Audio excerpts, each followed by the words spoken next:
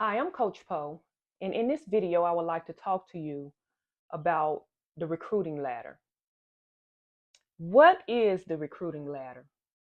The recruiting ladder is a visual of the significance of the playing level for women's basketball recruiting. Similar to a career ladder in the workforce, a career ladder describes the progression from entry level or low level jobs or positions to high level positions of pay, skill, responsibility, or authority. In essence, the recruiting ladder shows the progression of basketball skills and even perceived impact to a program. The recruitment ladder has changed greatly over the past 3 years because of the transfer portal and recruiting rule changes. So before we continue to go into the recruiting ladder, I would like to talk a little bit more about the transfer portal because the transfer portal is something we hear about all the time. We hear about it on social media. We hear about it in regular media on ESPN and on other sports channels. But let's really dig into what the transfer portal really is. So, what exactly is this infamous transfer portal? The transfer portal is an online database application. That's it. The transfer portal is an online database application that women's basketball college coaches have access to. So, in non technical terms, it's simply a listing of players transferring. It's basically an online database application that displays a listing of players, women's basketball players that want to transfer. That's it. That's pretty much what it is. But to give you a little bit more background and history on the transfer portal, the NCAA transfer portal is a NCAA application database and compliance tool launched on October the 15th, 2018. To manage and facilitate the process for student athletes seeking to transfer between member institutions. The portal is an NCAA-wide database covering transfers in all three NCAA divisions, although most media coverage involves its use in the top level Division One. Okay, so basically what we just learned, the transfer portal online database application is used NCAA wide on all three levels, but we mostly hear about D1. That's what we mostly hear about in the media. So basically, because when I was a college coach, I had access to the transfer portal. What you just learned about the transfer portal did not change recruiting. Transfers was already happening. It was already happening, but now with this database, with the transfer portal, you are more accessible. College coaches are more accessible to who is transferring. That's what the transfer portal did at that point. Now, what I'm about to talk about is what changed the game of recruiting.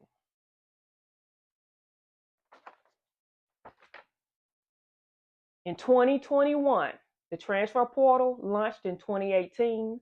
In 2021, new regulations were adopted, allowing student athletes in D1 football, men's and women's basketball, men's ice hockey, and baseball to change schools using the portal once without sitting out a year after the transfer.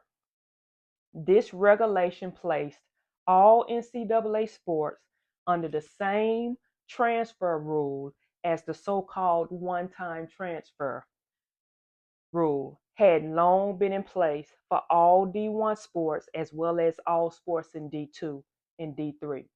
That's what changed the game in women's basketball recruiting and in these other sports because transfers had been happening all along.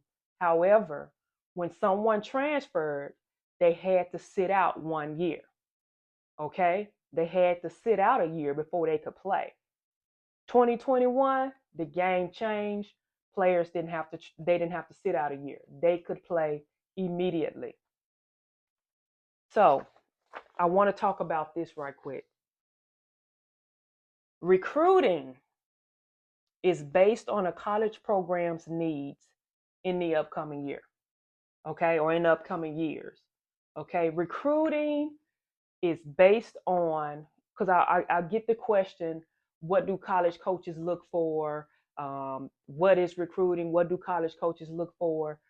College coaches recruit based on the needs of their programming in the upcoming years. And in my book, How to Get Your First Offer, how to get your first offer in women's basketball, or how to get your first women's basketball offer, I talk about the depth chart. That is a tool that college coaches use to predict or to project the needs of their program. So, in the past, programs were built and developed off high school players. Let me say that one more time. Programs were built and developed off high school players. Immediate needs were filled by JUCO players. Transfer players filled a need a year away. Okay, transfer players filled a need a year away. And that's what's basically displayed right here in this recruiting ladder. High school players, that's what college coaches wanted. They built and developed their program off of high school players. JUCO players filled that immediate need. Transfer players would fill a need a year away because they had to sit out a year. All right. Now, I became a college coach in 2018. All right. The transfer portal, I became a college coach July 1, 2018. The transfer portal was launched October 15th, 2018. But I want to just kind of give you a visual or give you an example of how we recruited when I was at Southern Miss, of how we recruited after my first full season at the university, what we brought in, the type of players that we brought in. So that for that 2019-2020 season, we brought in one freshman, one JUCO player, and one transfer that had to sit out that year. Okay, so just think about it. So I just explained to you, recruiting is based on a college program's need. So we brought in one freshman, one JUCO, one transfer that had to sit out a year. That team, that 2019, that team that we were bringing in, or the returning players, we had there was going to be a veteran squad of juniors, of seniors and juniors. So we only needed to bring in one freshman. We brought in a JUCO player to fill a need, and that transfer player, she would fill a need the following year, a year away. Okay? That next year, that 2020 to 2021 year, we brought in 5 freshmen and one JUCO player. Okay? 5 freshmen and one JUCO player. So keep in mind, again, we brought in 5 freshmen, so we had a large senior class. We had several seniors to graduate. We had a couple of juniors, and then we brought in, and really this was the class while I was there for 5 seasons. This freshman class was the class that started to change the program for us. But those 5 freshmen were the ones who started to change the game for our program. Another thing to keep in mind, March 21 was when COVID hit. Okay, March 21 was when COVID hit, and that changed the game for the following year. That changed the game for that 2021-22 because we brought in another 4 freshmen, 2 transfers. So now we're in 2021. We're in 2021, and COVID changed recruiting. COVID changed recruiting also because that's when you had to recruit using Zooms. That when Zooms just blew up, and we had to recruit out of Zooms because of COVID. But that 2021-22 season, we brought in 4 freshmen and 2 transfers. So 2021 is when the transfer portal, when the rule changed. So we brought in 2 transfers that could play immediately. One of those transfers was a grad transfer, and we had another transfer. That really elevated our program because those young ladies were coming in from Power Fives. They were coming in from Power Five schools, and they just had another level of experience for us. My last season, 2022-2023, we brought in one freshman, two transfers, okay, two transfers that could play immediately, and one JUCO player. So you have to keep in mind now, um, that freshman class that came in is based on needs. That freshman class that came in, it was 2 years later, and those players was getting a lot of experience. They were more of the veterans, and we were trying to fill some voids, plug in a few holes, with those two transfers and that JUCO player. And so that's how recruiting is done without me getting too deep into specifics of what we needed. But it also showed you how what I just displayed is how the recruiting ladder flipped. Okay, so basically, where I told you programs were built and developed off of high school players, JUCO players filled that immediate need, transfer players will fill a need a year from now. Okay, now when 2020, when that rule came where players can play immediately, that changed the game. That changed the game. So now you're no longer getting like we had one year we got 5 freshmen, the other year we brought 4 freshmen. Now we're bringing in 2 transfers. The next year we brought in 2 transfers, a JUCO player, but it was based on because we had those freshmen. Those freshmen were now the veterans. They had the experience, and we brought in particular players to fill a void, to fill that immediate need. Okay. So let's talk a little bit about this flip because I just shared with you that the recruiting calendar, the recruiting ladder, the recruiting ladder flipped. And I kind of mentioned this, but let me say this. Women's basketball popularity and visibility has grown. It is astronomical now. I mean, if you've been on social media, you've been watching the WNBA, women's basketball popularity is through the roof now. It has transcended, it has affected now the WNBA season. Before I became a college coach, I remember a USA Today article coming out talking about the $1 million coaches, the head coaches that were getting that $1 million contract. So, and that was before pre-2018. When we were talking about those, it was one or two coaches that had hit that $1 million contract. Well, basically to prove my point or talk about my point, head coaches' salaries started to grow. Okay, which in turn means assistant coaches' salaries was starting to grow. Okay, and what people don't understand in Division 1, college coaching is a job. College coaching is a full-time job, and I'm saying Division 1 because that's the division I played in. And when I talk about recruiting and the things that I'm talking about, I'm primarily talking about Division 1. College coaching is a full-time job. It's beyond a full-time job. It's beyond 40 hours, but it is a full-time job. So there, when salaries start, when the popularity of the sport increases, when salaries start to increase, there is a responsibility and accountability that's going to increase. Okay, when salaries go up, popularity, everything else goes up with it. And so a college coach's job is to win. That's the job. A college coach's job, responsibility, they're held accountable for winning. In today's age, so back in the day, pre that rule change, you can wait. You were given some time. A head coach was given a little time to build a program. So you would use high school players that you can get acclimated to your system and develop their skills where you can be successful that way. Well, now I just talked about you have $1 million salaries. ADs are no longer waiting on you to build your program. They're not waiting. They want to win now. You have to win now. Okay? So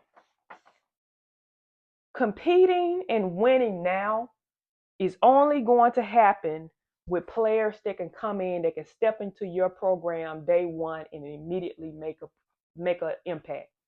That can immediately produce. That can immediately change your program. And that's going to be transfer players. That's going to be players that have college level experience. That's going to be players that's had a year of experience of what it's like to be a college athlete. It's totally different than high school. It's totally different. The game, the IQ that's required, the work that's required is totally different. And so you need players, college coaches need players that can come into the program and bring that leadership, bring that winning mentality to the program, can bring that competitiveness. You got to compete, bring that competitiveness to the program. So that flipped the game. As you see, the recruiting ladder went from high school players being at the top to high school players being at the bottom, and the transfer being more at the top. The only player that's above the transfer player is the players that's already on the team. The players that's already on the team. So the coach have to start, because of your ability to transfer schools, because of athletes' ability or players' ability to transfer schools and play immediately. Now coaches have to really, they say, re-recruit their own players. You have to re-recruit your own players to stay in your program. Basically, that means you have to build relationship, really be intentional about the relationships you have with your players in your own program. Next, those transfer players, those are the players that can come in and immediately, they can fill those voids, fill those needs, and immediately make an impact to your program. It's this that perception that they can come in and immediately make that impact. We're not leaving out JUCO players. I just told you in my last season there, we brought in a JUCO player. We brought in 2 transfers and a JUCO player. Okay, so that leaves the high school players, and I talk and educate about this in my different videos and in my books, how high school players really got hurt about the recruiting rules. Not only are they dealing with transfer players being able to immediately play, but you're also dealing with college coaches' hours being cut of when they can come out and watch you play. You're competing against that, so it really hurts high school players. So you're no longer, college coaches no longer, they're no longer able to bring in a player that's possibly raw, they have the potential to develop into something special. They don't have the time to bring in too many players like that. They may be able to bring one in. They don't have, you don't, we're not in the age now where you can bring in several like that you can develop and bring along. No, they're going to bring in transfer players first. So how this is impacting players, high school players have to be a lot more skilled. That's one. High school players have to be a lot more skilled to get that offer, to get that interest, for that interest to turn into an offer. And now high school, you're going to see more high school players go JUCO. They're going to have to go JUCO to get that extra experience that's necessary to go on to the next level of that to a 4-year school. But I'm going to stop right there with that video. Primarily, I just want to give you an understanding of the recruiting ladder. Just give you an understanding of what happened to change recruiting for women's basketball. And so with this extra knowledge that you have, now you can understand why you have to be a lot more intentional in what you're doing to get recruited. It's not a game. It's really serious. Trying to get a college basketball scholarship is serious. It requires planning. It requires being intentional. It requires being strategic. It requires a lot more than what was necessarily just 6 years ago, 2018. Really, a little bit less than that, because the rule changed. That 2021 rule is really what changed the game. It wasn't that I just showed you. It wasn't just the transfer portal. It was the rules change. And the rules, I just talked about that initial rule change of 2021. The rules have changed even more. The recruiting rules have changed even more when it comes to transferring. But I hope you gain some knowledge in this video. I hope you gain a more understanding of recruiting, of women's basketball recruiting, and how it goes, and how college coaches really, they think, and they're really intentional and have to really be able to pivot fast, because they may lose players of their own. I mean, when you are planning for the future and projecting what you're going to need, the transfer portal affected them too, because they have to recruit their own. They don't know who's going to stay in their own program. So that changed the game for them also. But again, I hope you enjoyed this video. Look out for the next upcoming video.